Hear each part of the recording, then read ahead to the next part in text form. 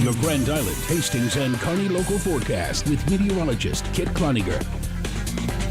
Well, by just looking at the sky cams around the area, we really couldn't tell that it's not all that great of a day outside. It is on the cool side, but the winds are the really big thing that are making it such a crappy day out there. Right now we're at the freezing mark in Grand Island. Those winds, though, are gusting over 40 miles an hour. We'll look at those in a moment. 30 degrees now in Kearney, 37 in Lincoln, then a little bit warmer towards the eastern part of the state through the day today.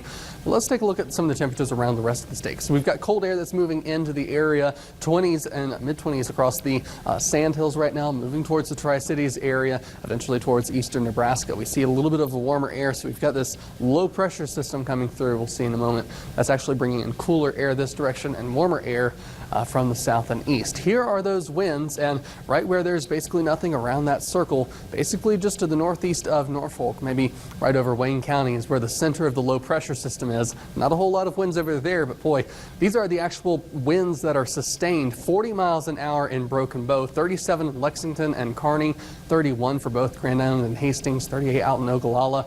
Looking at the wind gusts, though, we've been seeing gusts come in over 50 miles an hour through the day today, almost 60 miles an hour in Broken Bow. So 59 is actually the technical threshold for a severe thunderstorm wind. So very high winds could be causing some damage. 58 in McCook, 54 out in Sydney.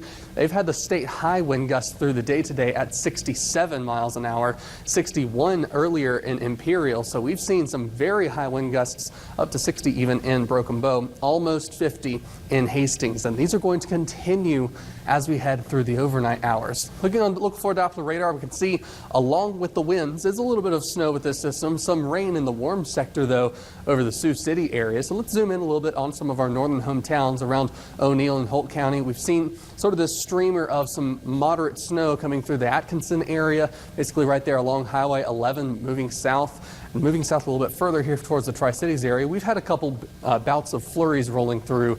Not a lot of snow for us, but we've seen some flurries, and mostly the wind has carried that away from the ground. North Platte and parts of Lincoln County still seeing some, as well as off in Imperial right now. Looking at some of the weather alerts around the area, we do have winter weather advisories across some of our Boone and Albion around those areas. Not a whole lot of snow is expected for these areas, and some lower winds, but O'Neill in a winter storm warning, and then blizzard warnings across parts of the Sandhills, including Brown Rock and Kippahaw counties this evening.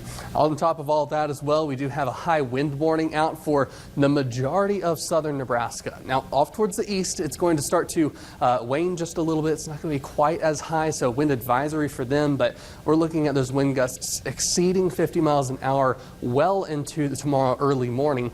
We're going to see this last into tomorrow. Tomorrow we're going to see the wind gusts still above 40 miles an hour past noon. So we'll look at that in a moment. But futurecast for the radar and satellite, futurecast at least, we still see some bouts of flurries coming through all the way until 8 a.m., especially for the Highway 20 corridor and parts of eastern Nebraska. Not going to see a whole lot of accumulations, maybe up to around an inch around Norfolk, Albion, Columbus, those areas.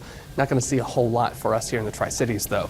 As we head through the rest of Futurecast, not much else is going to be happening except for the fact we see winds coming back out of the south. But this is the future wind gusts. This is what's really going to be affecting us over the next couple hours tonight. Some models are a little bit higher, but as we head through Sunday morning, it will begin to taper off just a little bit into the 30-mile-an-hour range by noon, and then into the afternoon we'll start to see the back edge of that low pressure system moving through. Lows overnight tonight, we're looking at mid-20s, so it is going to be cold, and then factor in the wind chill, it's just going to be very frigid out there. But I think just the wind itself is going to be what's the worst part. Looking at the highs for tomorrow afternoon, it's not going to be all that warm. We're not warming up hardly at all, in fact, only to around 30 degrees. 3-day forecast, we've got temperatures rising to the 40s, though, so it is going to be a little bit better after this wind system comes through, basically. We have some clouds a little bit later on in the week, but into the 40s, so I think that's classified as mild now that we've had those temperatures in the single digits a couple of weeks ago. We've had snow everywhere, so yeah. Okay. I think it's a little better this week. Yes, it is, and thanks, Kit.